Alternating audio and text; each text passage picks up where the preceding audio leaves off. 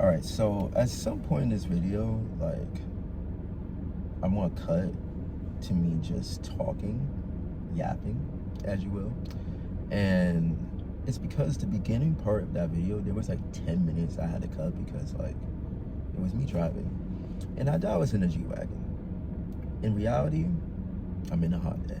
And the fucking highway audio was all up in the video, and it sounded ridiculous. So I had to cut it. So I'm gonna recap what I was talking about. So basically what I was talking about was the fact that Republicans blame immigrants for the fact that the job market sucks and that jobs have been exported or been replaced by immigrants. And my rebuttal to that is the fact that Republicans and Democrats both, the Sun and Mars, they both support capitalism. And capitalism inherently is about exploitation because it's all about unlimited growth. More growth means you're doing amazing. So that must mean you're doing amazing. If the sheet says you're doing 25% growth this year compared to last year, well, you're doing amazing. So your stock is going to skyrocket. And with a society or a system that works that way, it's going to inevitably lead to companies saying, hey, our biggest cost is labor. In most cases, for a company, the biggest cost is labor. We need to go to, why wouldn't we go to a place like India, like Vietnam, like China, and export the jobs there because the cost of living there is dramatically lower. So we could pay them and they would do a similar job of an American, and then export it or transport the service or product to America. So if you have politicians that inherently won't go against that and won't, like Democrats especially, will just sabotage socialists or other economic or political systems, they would just say, hell no, we need capitalism. We need to protect capital and capitalists and capitalism. We have to protect it. And like, as long as we have politicians that do that, there's no way this shit's gonna work. And Republicans, for some reason, target illegal immigrants when in reality it's capitalism that they should be attacking. So that's basically what I was recapping, and that basically should fit into what I'm talking about in the cut that's about to happen. So hopefully it does. If it doesn't, I'm new to this. I apologize. So I'm gonna get the sun out of my fucking eyes and cut this shit. So the cut is happening now.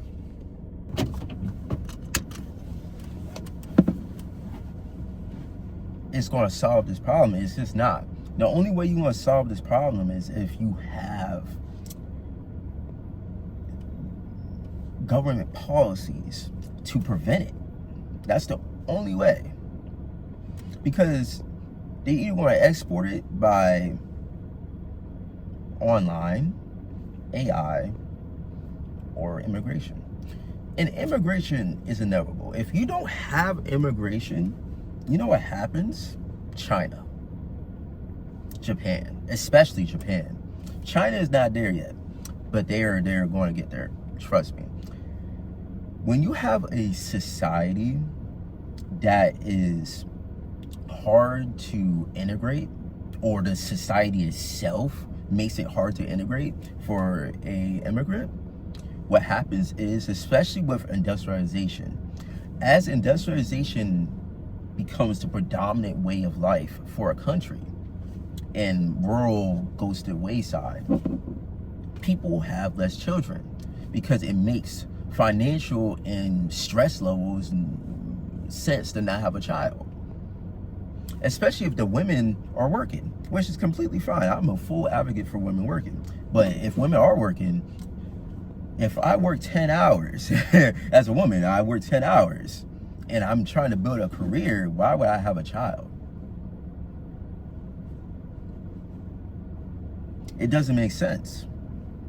It just doesn't make sense. It makes sense to have a child later in life when your career is established, and having a child, like, it's understandable. Like, okay, I'm a career woman and I'm in this cozy spot in my career. I can have a child and just go on maternity leave and come back when my child is 1, 2, 3 years old, and I don't have to, stand over it. You know what I'm saying? You can hire a babysitter. And later in your career, both you or your husband or whoever will have more money to actually afford a babysitter, because a babysitter is a fucking price of rent on a monthly basis. So, like, with that being the case, population curve is gonna do poof, birth rate is gonna poof, okay? And you need immigrants, young immigrants, that come into the equation. And when they come into the equation, usually the first generation isn't, unless you bring college students as immigrants, that's obviously an option. But if it's just regular immigrants, a lot of them don't go into like careers, they go into jobs, and then they have a child that they nurture into going into a career, right? So that first generation might not be a positive to the country itself in terms of monetarily, which is what the fucking Republicans are so stuck on. They're like, oh, all these immigrants are coming in, they're getting government support, blah, blah, blah, blah, blah, handouts. But dude, sure, the first immigrants that come in may not be positive for the country. Sure, okay, I can see the argument in terms of a tax burden. But then they have children, they have multiple children at that. And that child will be integrated. That child will go through school and either go to a trade or go into a career, most likely. And they will be more integrated, they'll be more Americanized, they'll be more in tune with American customs, and they will be a positive for the country. And it sustains things and sustains systems like Social Security. This is the problem that like societies that don't accept immigration or just have like language barriers, societal customs that's hard to integrate to. Like Japan. When you have societies like that, there's a population curve, especially if you are industrialized and capitalism is in the equation. You want to have less children, and those having less children is going to catch up to your ass, because those people that were young is going to get old, and who is going to succeed them? There's less and less children, aka less and less people balancing the society itself. So if you have that happening, that's a problem. And for some reason, Republicans don't understand this. So they're what's going to happen is if what they want happens, white folks is going to get old. They're already fucking old. Have you been to a small rural town or like a small town like in Connecticut, right? Connecticut, there's a lot of smaller towns like Wallingford, New Britain, Branford, and I'm sure in upstate New York and Iowa and Ohio, there's smaller towns that are somewhat rural or are rural. The average age there is going to be 40, 50 years old. Virginia, like the average age there is going to be 40, 50 years old. West Virginia. So like Atlanta, outside of Atlanta, like Georgia, like I'm sure there's smaller towns and the average age there is going to be like 40, 50 years old. They're getting to the age where they're going to get to the point, in the next 10 years, they're going to be on Social Security. Plus, there's already old people on Social Security. And then those people, all those generations had less children. Now, the beautiful thing about America, there's a lot of immigrants that are coming in to help the situation. But in Japan, that's not the case. In China, that's not the case. In China, the population curve has hit. Now they're going down in population, and they're going to eventually get to a China situation. That's why they're investing. This is a whole nother topic. They're investing in fucking Africa because the average age in Africa is like 20 years old. And they got mad population boom, okay, going on over there. And it's the exact opposite of what's happening in China. That's where they're investing in those places. They're trying to get those places in debt so they can leverage that and leverage the resources there and the people there and leverage China while they go through this period of transition where they're no longer growing in population. And the young adults there are not doing well in terms of job market. It's like fucking here.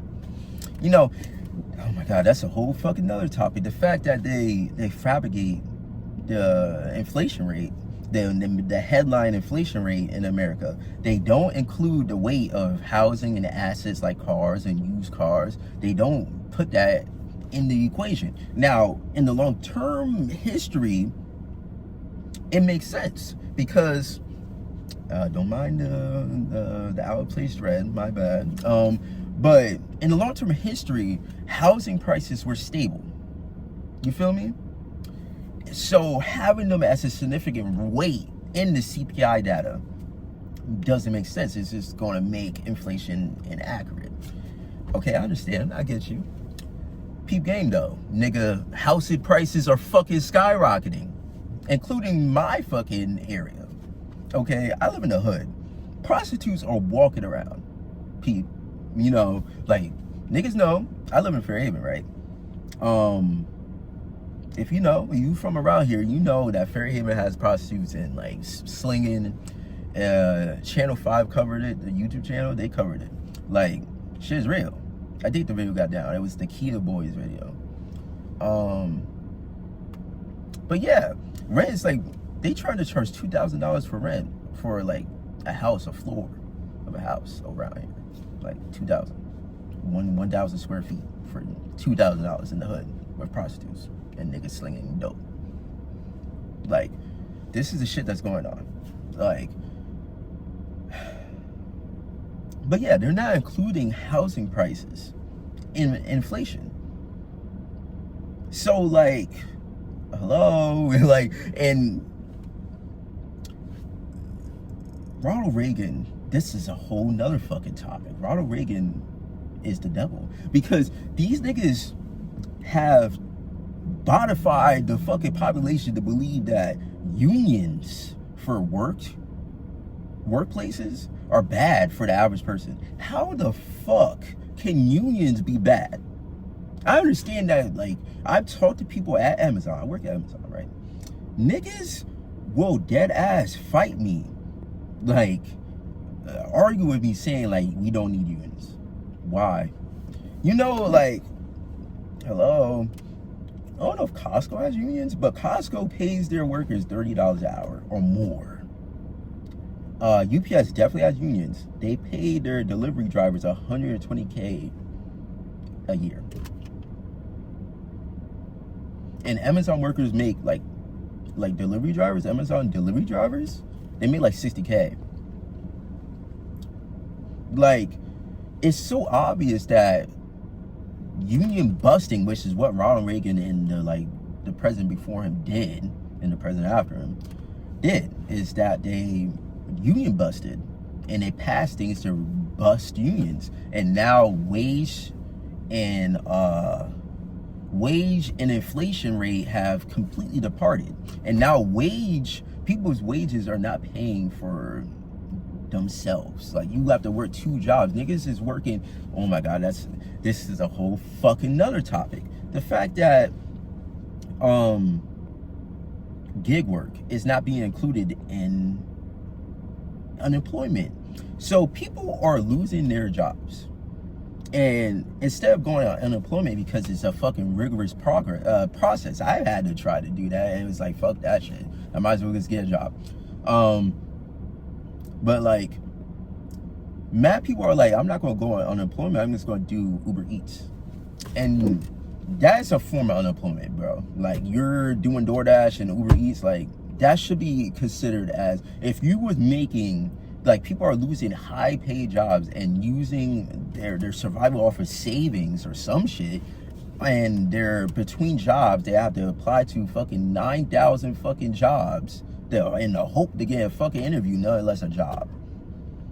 And they're doing gig work, they're doing Uber Eats. That's why you be seeing people, I'll be DoorDashing sometimes, or I see other people DoorDash, and you see them pull up in a fucking Mustang.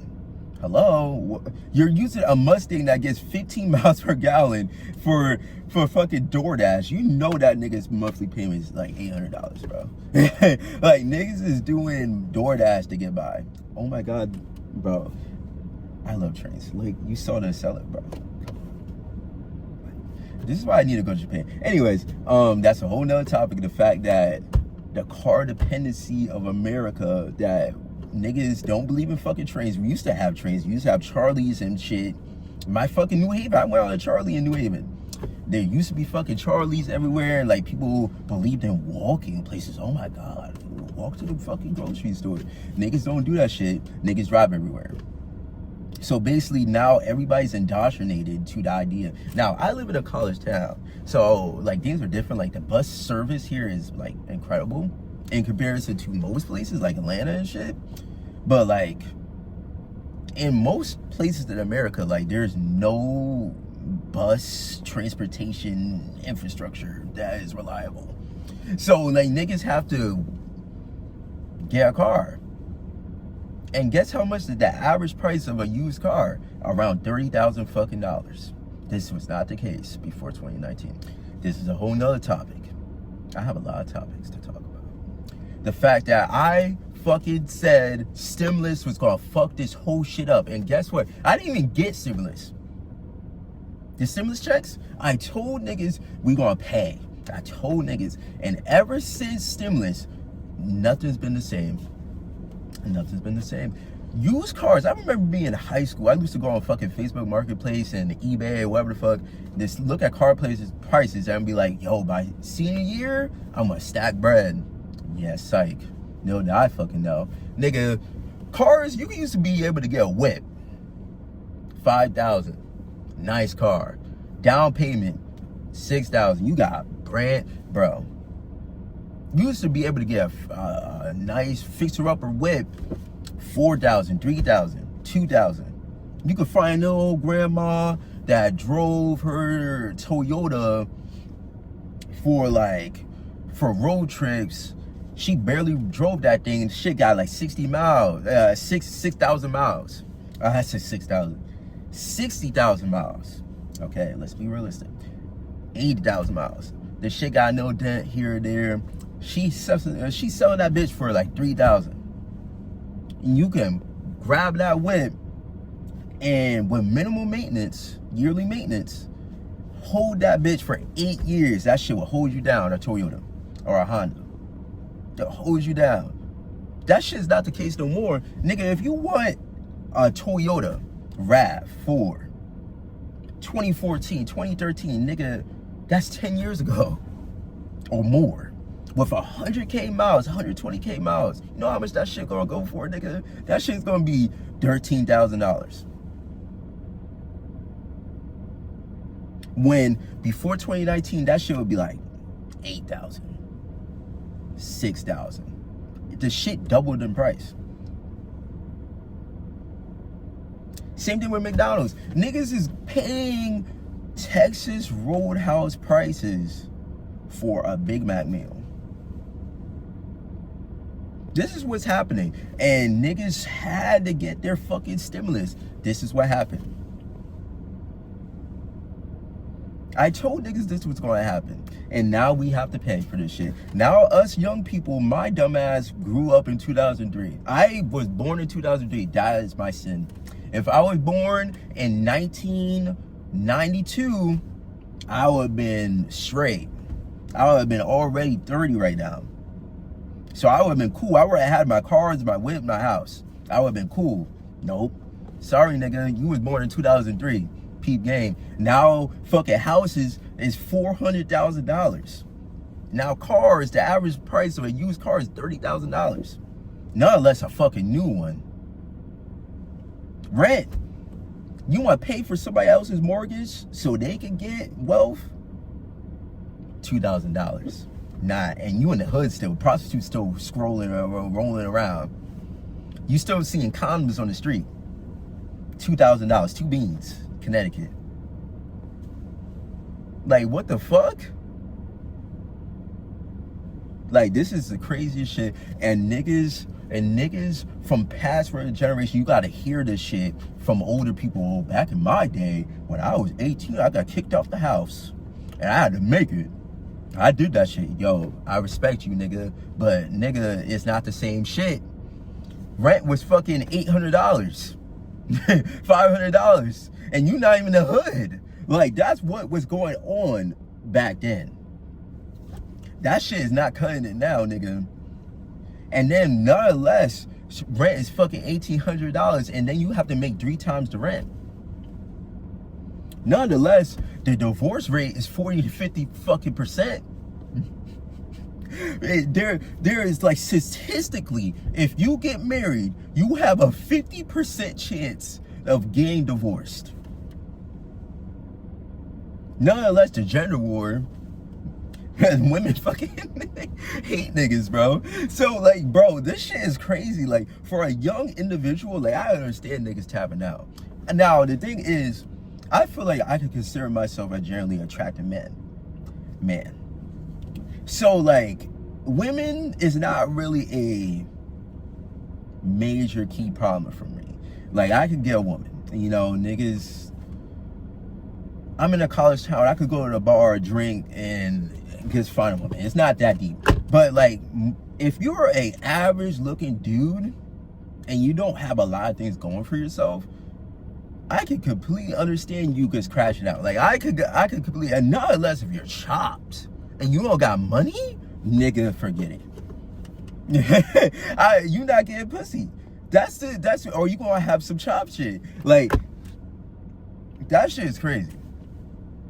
And I could completely understand why, like, niggas crash out. And then the dating game for women is not easy. Like, niggas look at it like, oh, women could get anything. Well, like, sure. Like, the thing is like, you have to ask yourself, like, do these women have the option of anybody for a relationship? Because dick is abundant, I'm sure. Pause. Like, for women, dick is abundant. But a relationship that they actually can, like, build upon, that they actually like, it's probably few and far between. Except, like, guys that, like, they don't really want to be with. And I know, like, we're not going to go down that path. But we're going to wind this down because now we almost at 30 minutes, which is crazy. But, like, I want to address a lot of these topics. But in conclusion, like, Democrats really would support a trash bin that they rolled up on stage instead of a Democrat socialist. It's like, y'all niggas is never gonna win. Y'all have to, and it's gonna take young politicians to force ourselves upon the politic scene. It's just gonna have to happen in order for a Democrat socialist to really get prominence. Thank God for Zoran Mondani. But, like, man, like, young people, we gotta vote. We gotta put ourselves in the positions of power. I'm already trying to get myself in the mindset and be intelligent enough and be a leader enough to be in local politics around here. But we need more people, man.